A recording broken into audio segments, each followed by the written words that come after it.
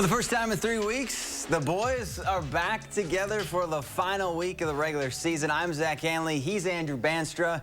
This is the final drive. Yeah, and it's been a minute, but it feels good to be back together. And as always, we start with our game of the week. Lodi already clinched a share of the Capital Conference crown, but the Blue Devils aren't interested in sharing. A win tonight, they'd win it outright and wrap up a perfect regular season. Lake Mills trying to not to let that happen. Lodi already up 13-0 in the second. Kyler Clemens, so fast, he's a blur on your screen. The senior says, "Get off me not once, but twice," and is finally taken down at the 5. And that has the Blue Devils knocking on the door, and Mason Lane going to call his own number and runs right through it to make it a 3-score game. And that Lodi offense is so good, it kind of fogged up our camera. Later in the second, it's Lane again, and again he's in for 6. Blue Devils dominate 48-0.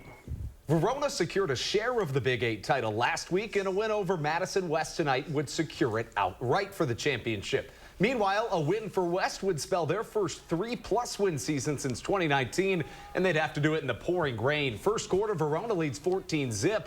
West's Ian Ladd punts from his own end zone, and it lands in Trey Poteet's hands. You can try to catch one of the state's best athletes, but you won't. Poteet returns it for the touchdown, and if I'm Luke Fickell, I'm calling this junior right now. Wildcats take a 21-0 lead, and then later in the first, West trying to get something going. Michael Sumian lobs one up, and it's intercepted. Nate Novinska brings it back about 10 yards, and that would set out this. The Wildcats from the 2, Elijah Lagomasino hands off to Chase Bredesen, and he weaves his way into the end zone. Verona wins the Big 8, and they win big, 37-12 the final score.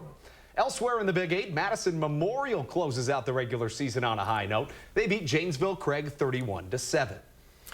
Pat Rice might not say it, but since week 1, Waunakee has been a well-oiled machine. Through 8 weeks, his team has posted 4 shutouts while averaging nearly 50 points per game. That's what Beaver Dam was up against tonight. First quarter, Waunakee already up 3-0. Sully Scotton bowls his way in to make it 10-0 Warriors. Then later in the first, Vance Johnson off the play action, sets his feet and chucks it deep to David Emmerich. 40 yards on the score. Waunakee rolls 52-0. What a magical run it's been for Mount Horeb Barneveld. Not only are they looking to finish up their regular season undefeated, they look for their 3rd straight Badger Small title. Standing in their way was Portage and a whole lot of rain. First quarter, and stop me if you've heard this one before, Casey Helgeson finds his man Chris Keel. Everyone's spinning their wheels in today's rain, but Keel's got speed for days. He's off to the races, and the Vikings take an 8-0 lead. And then later in the first quarter, MHB from the 2-yard line, and they feed to Trenton Owens, who finds the promised land.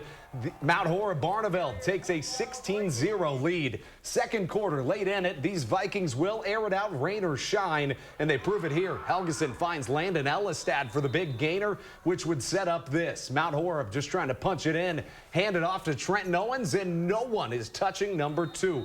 Mount Horeb finishes the regular season undefeated and wins the Badger Small again. Vikings win it 48-25, the final. Elsewhere in the Badger Conference, Sun Prairie East moved to 7-2 with a dominating 53-6 win over Stoughton. And congrats to Oregon, winning their first conference game of the season. A shocker 19-17, the final over Sun Prairie West.